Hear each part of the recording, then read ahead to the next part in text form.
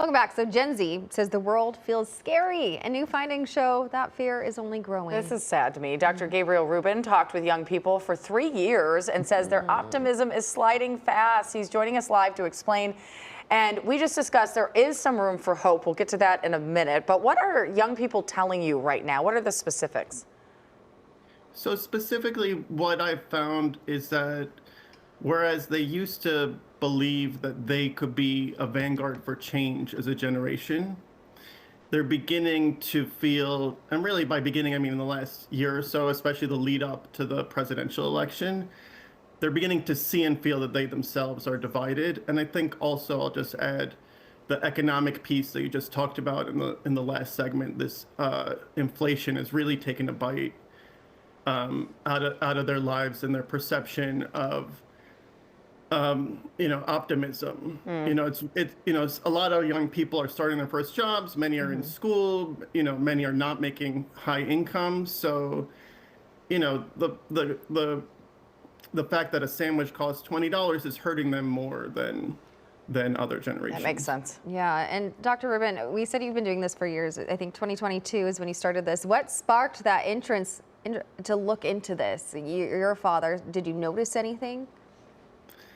It wasn't my kids. I mean, honestly, I was just captivated with this idea that there was a new generation that I was teaching, and I wanted to get to know them more. I read a book by Jean Twenge called iGen. She was calling Gen Z iGen then. And I wanted to just explore this area. It wasn't an area that I was researching before, so I just started, just out of curiosity, researching, interviewing people. And as I said in the beginning, a lot of problems that they mentioned, but they would place those problems at the feet of their elders, right? People they call quote unquote boomers. I mean, I've been called that myself, but as I said, a little more cynicism now because they see that some of the problems that affect older generations are affecting them too, including, inflation and political division, these divisions between conservatives and liberals in our country that divides every group of people. Well, I do find that interesting, and it's interesting that you did want to research this because I think even the Democratic Party was looking to probably research this after some of the last elections. A lot of people saying that they took young people for granted. So you are seeing in your research that divisiveness, they are feeling that there are two very different parties, and young people are going along with one or the other. They're not just on board with one party anymore.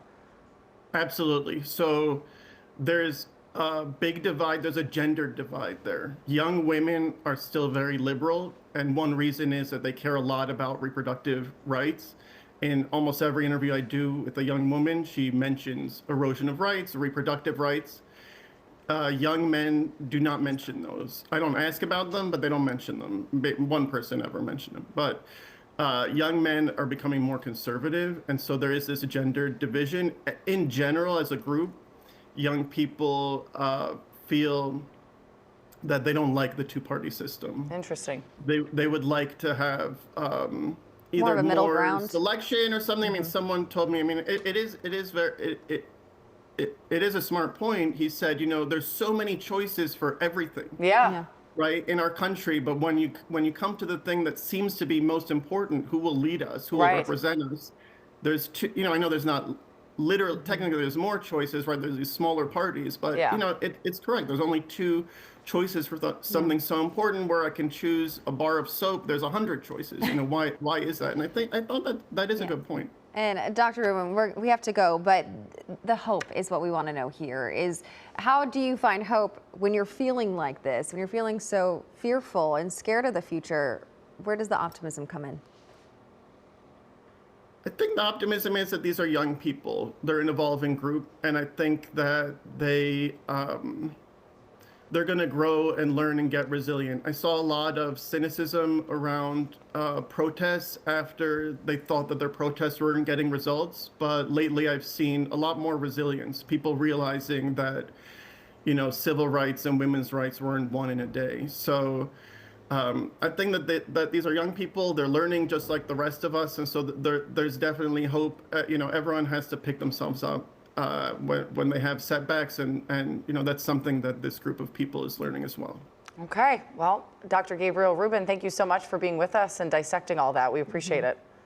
Thank you. Thanks for having me.